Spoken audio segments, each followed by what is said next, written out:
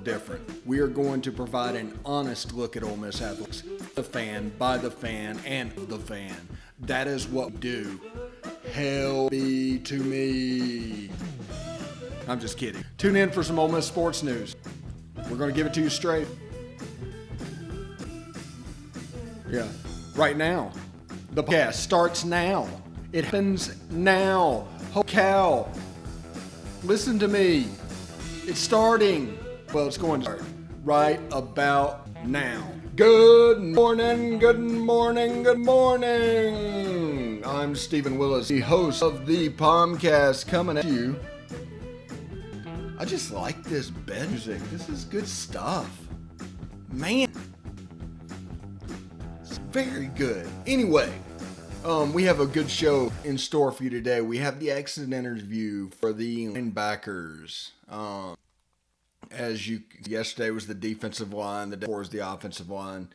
But that's available for you. If you want to go back and listen to previous exit interviews, you can we'll just do it all. I'm on Twitter at Stephen Willis or at Ole Positively. I am on Facebook at facebook.com/POMcast. Hit YouTube, subscribe. A lot of stuff there at positivelyolemiss.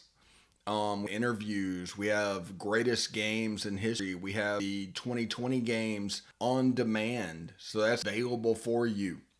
Or you can catch us on Twitch at positivelyolemiss, all one word. Also for YouTube, hit the bell for notifications so you know when we're streaming. As you can see right now, we're doing things different. Everything's kind of moving. We're looking to buy the equipment sometime in next week. So this is really moving quickly. And then once we build the equipment, we'll probably keep broadcasting like this because we have to get set up, the studio. And currently the Central Florida studio has boxes for the rest of the house sitting in it. So it may take a little bit of time to get that done. But that's okay. We're still shooting for an April launch point for the video POMcast, the TV show.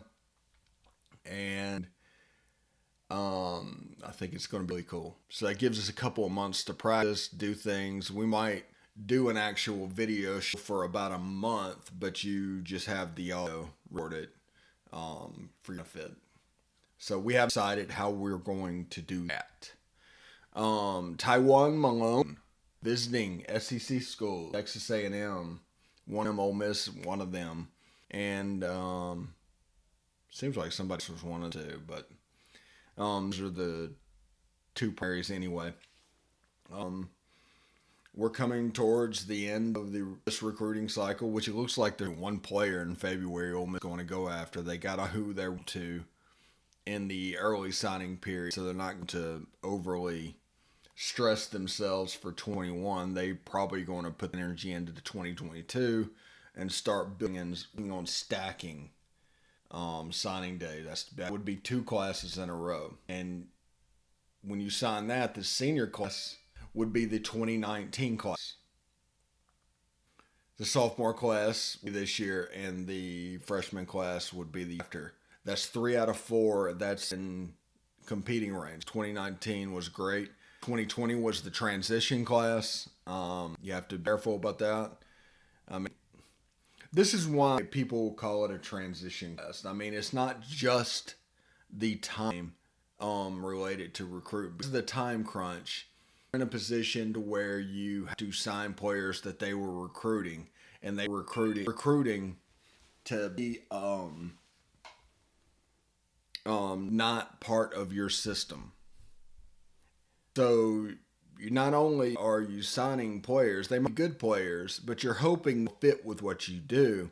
Most of the time they not. They could have been good players to the other guy's offense, the other guy's system, but it doesn't match what you do. Remember, there are probably dozens of systems out there. It's not exactly. Everybody wants to make this homogeneous, and they try to simplify it just for the sake of rankings and doing other things to make money. But that's not true. That just isn't true. You could have a 5-star player that is a 5-star player because in high school He played in his match fit system, goes to another system that looks like a 3-star. That's the way this works.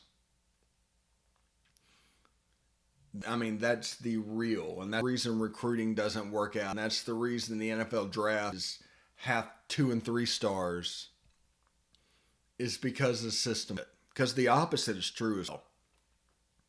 To be at a place like, I don't know, Kosciuszko, let's say Kosciuszko, running the wing tee and catching the ball 3 times a game, if that. Never really in a passing offense. The system doesn't fit you. And move on to college and say maybe the air raid, although I don't know, I'm not sure the air raid is a good fit for him. But anyway, and he just becomes a complete, and he looks like a high school miss. It's all a system fit. Might not be a system fit in Oxford. He might not be a system fit at Southern Miss. Might not be a system fit at LSU. He might be a system fit at Mississippi State. It's all about the fit. And if a player can do that, it makes everything easier. You play with confidence. The offense kind of goes around you like a glove, and it just makes it easier. Instead of my favorite example, Troy Aikman signing to run the Wishbone at Oklahoma. That is an assist fit. It's not how you. Anyway, that's what we're looking at, just a little bit in rooting. Once we get to that segment, we're going to talk a little more about the future and, talk about how maybe wanted to use Chris Thrasher, Oxford correspondent. This is what's going on about town. But until then, next segment, exit interview. Take care.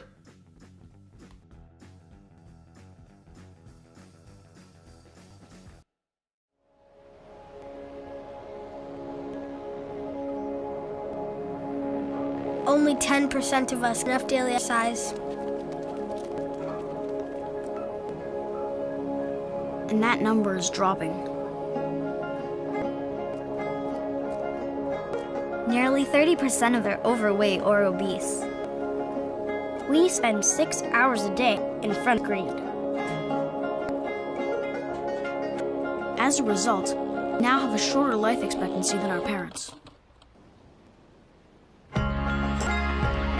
But give us a start in sports and never stop. Learn how at activelife.ca. Hey, this is Stephen Willis from Positively Ole Miss. We're almost done with this break. We'll be back with information quite soon. The military has been in every generation of my family, and so has VA. It wasn't easy for my dad after Vietnam, but VA, him and my mom, the home they'd always wanted. Michael's been coming to VA since World War II. They even helped him lay to rest one battle buddies from Normandy. And me, I've been their footsteps and served with pride. And now out of the military, the GI Bills help with school. Every generation of my family has served, and VA served us all.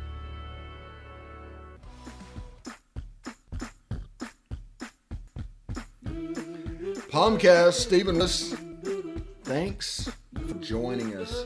We truly enjoy people that come in and take part in this movement of completely fact-based fan following. We're not listening to outsiders. This is about Ole Miss. Let's keep family and not really worry what outsiders are thinking. That's exactly what we're doing. Anyway, exit interviews. The linebackers. The linebackers actually. Now, if Mike McIntyre was here with those guys, we were looking at having one of the best linebacker groups that we have ever had. Under DJ Durkin, it just didn't quite fit. There's still some good players. Jock Jones played actually quite well towards the end of the year. And then Lakeem Henry and Momo Sanogo kind of alternating. They're really 3-4 linebackers. They play A-gap to B-gap. I mean, it's about size, not necessarily range. In this bench, you're asked to do more. You're asked to scrape a little more. And sometimes the edge wasn't to. There was a bridge far called early in the year. They just get there. And that's not necessarily their problem or their fault. I mean, they are what they are. That eliminates the unit DJ Durkin system. I'm going to take it down to about a C plus, only because the first of the season was a disaster. Towards the end of the year, they started to get it, and the Outback Bowl, they really got it, and it started happening. And Jacquez Jones had the best games at linebacker I've seen at Ole Miss. There was somebody that was just locked in, but he is the most athletic of three. Also have Dante Seastrunk and guys that I would say shirting, but I mean everybody was red shirting. But and you not really playing at the moment. But that was from the transition class, as we said. They were recruited for Mike McIntyre's, and it's not DJ Durkin's. There's less time for evaluation. We covered all this in the first segment. But there's reason for hope, especially with Jacquez Jones. He played really well. I mean, really well in the Outback Bowl. That nice board into the winter program and spring practice. Because, I mean, people don't realize we're about a week away, maybe less. I think the 18th is when they were coming back convening to start the winter program. Get ready for 2021. And that is what the goal is. Signing day, 2 weeks away, or 3 weeks away. What's the Thursday? I mean, I think it's 3 weeks away. Still, it's right around the corner. Spring practice, 2 months away. Maybe they push it to April after spring break like last year. This year would probably be smart because that'll give them a chance to get more people vaccinated. After spring practice, summer workouts. And like it's going to be ran by Matt Corral. Luke Altmaier's already on campus. He made an appearance last night on the season. That's cool. And it's about getting to that point and improving this year and each unit taking a step forward. And if you are unable to take up forward, recruiting players that can take a step forward. It's about the program taking a step forward, not necessarily a player taking a step forward. And that is the difference between us and a lot of other people that are coming Ole Miss. We are all about the program. What do we need to do to get better? Might not be a player, or it might be a player. I mean, it just doesn't matter. What do we need to do to get better? And when you come at the program, you can see more of the flaws and more of the things. Because normal media are so day-to-day coverage, so reactionary, that they miss that simple step. They're more worried about concentrating on why Ole Miss didn't run the ball very well against Auburn. And in that game, it's after Auburn, you need to kind of run the ball against LSU because that's the next step. Otherwise, you're just wallowing. You're just, and it becomes insane. And fans that get on there and they keep the stick and they keep the topic in realm, it almost becomes like whining. Why can't we do this? I mean, it's very, very not. It's not. But that's the point of this. They're worried about the program. The program isn't where we need to be. So when we do get to where we need to be, it might change a little bit. But until then, this is where we need to be. Because we need to control the narrative. We need to ensure that outside forces aren't trying to cause discontent in order to keep Ole Miss at a level that they're comfortable with, which that happened last time. And we let narrative get out of control, and then we had 5 years of problems. We don't want that to happen again. That's why we're here. We're going to call games a disaster if a player has it.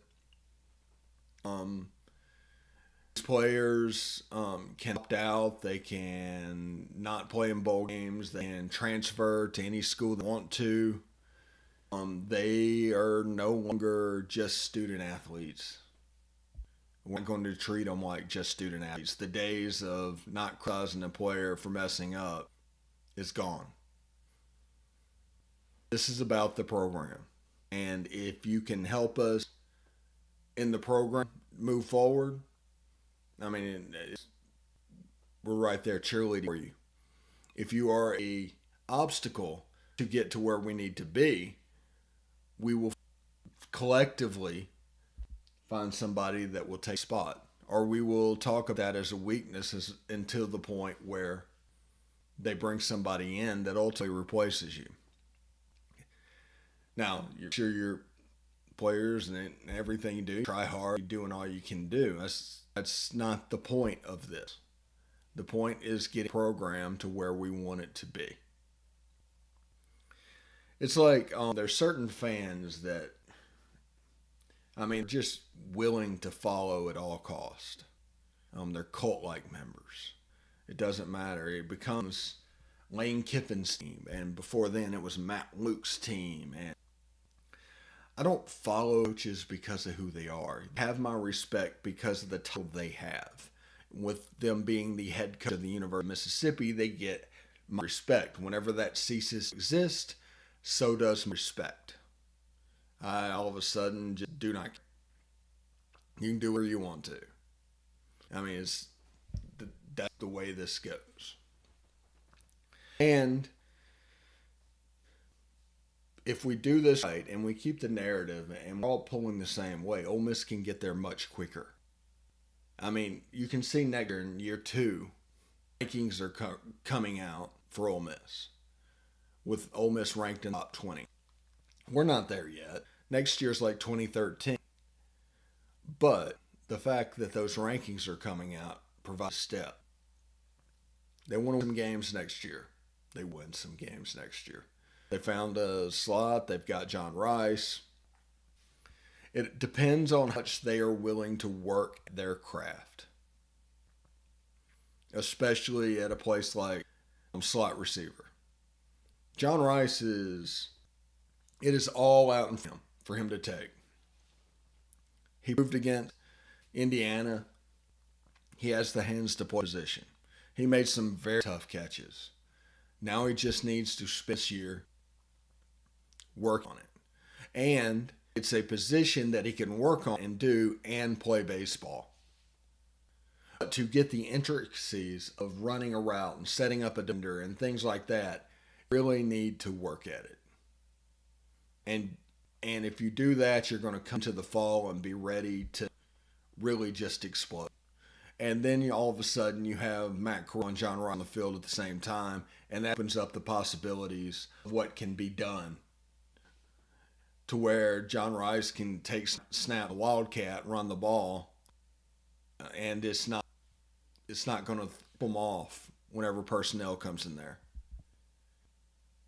They've got weapons if this works right, but it's come from John Rice working at the craft, which I don't doubt that he's going to do. He's done that for everything. He's been a great player, but that is where we're at. Anyway, great to see linebackers, excellent. Stephen Willis, POMcast down.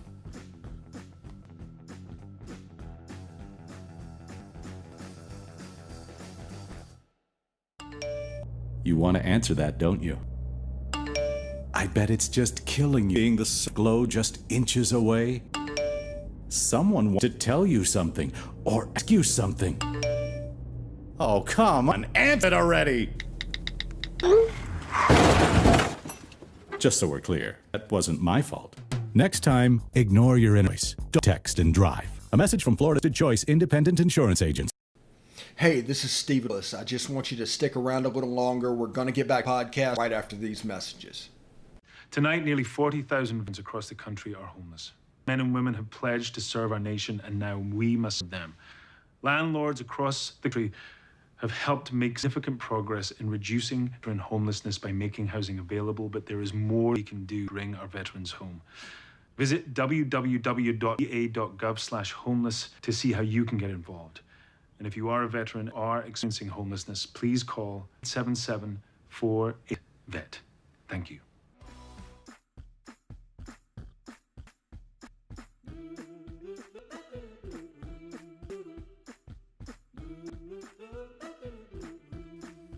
All right, POMcast, last segment of the day. Thank you very much for joining and having a good time.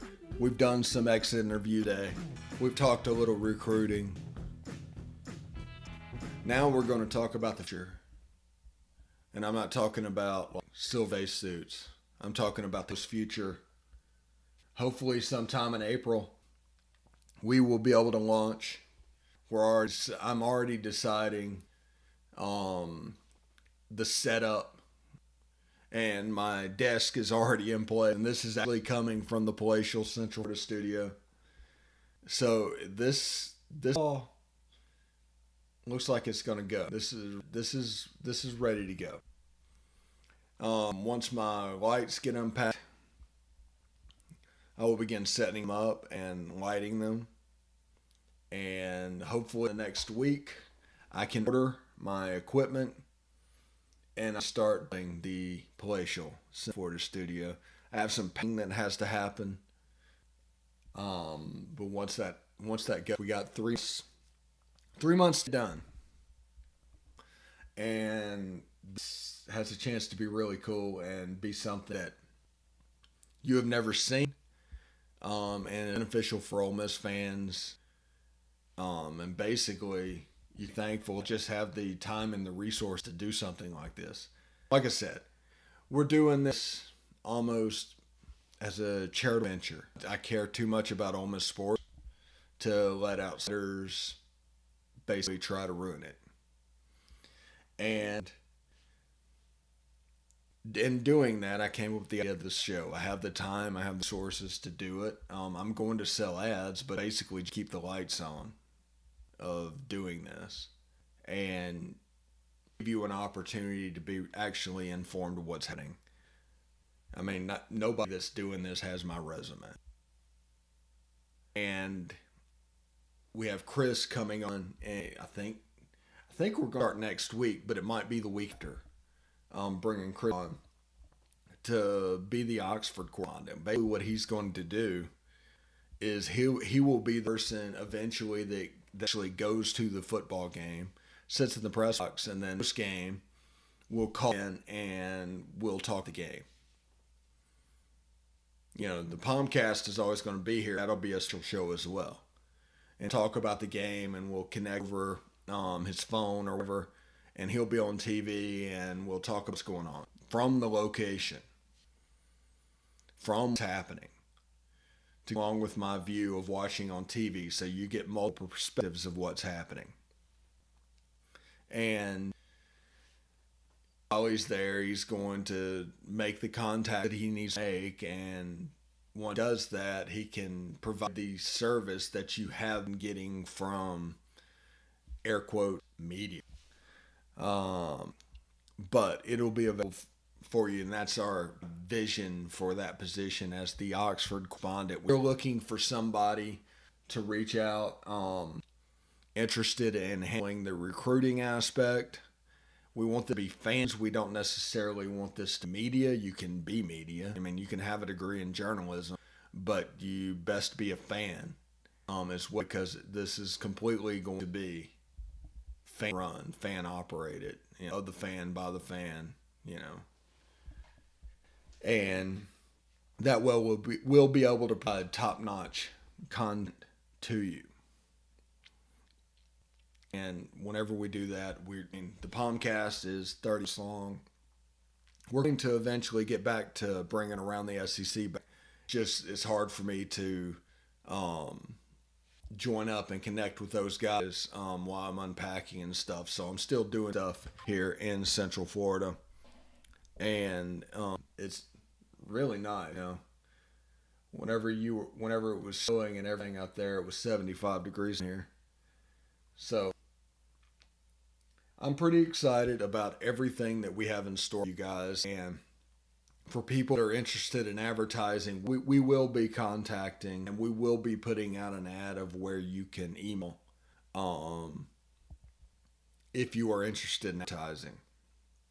Not going to be much. It's going to be like $50 a month, $70 if you do month to month, and like $10 for 1,000 streams. Those are the three options for advertising. I mean, basically, with the number of shows for less than the cost of a Big Mac, you can advertise on the show. We haven't started selling yet. We have like a little bit of ways to go before we're at that point, but you can see how it goes. We also have the ability to stack it if you want to be the official something of the podcast part of it, the phone line or something. So we have the ability to do something like that, and we have the ability to put your logo up on screen and keep it up in the full time. So that's something you are interested in. But like I said, we're not interested in doing anything but to keep lights on and providing a service to fans. I've got the resources to do that, and I am going to do that. Anyway, that's our show for today. I'm Stephen Willis in the POMcast. Thank you very much for listening, and hotty toddy.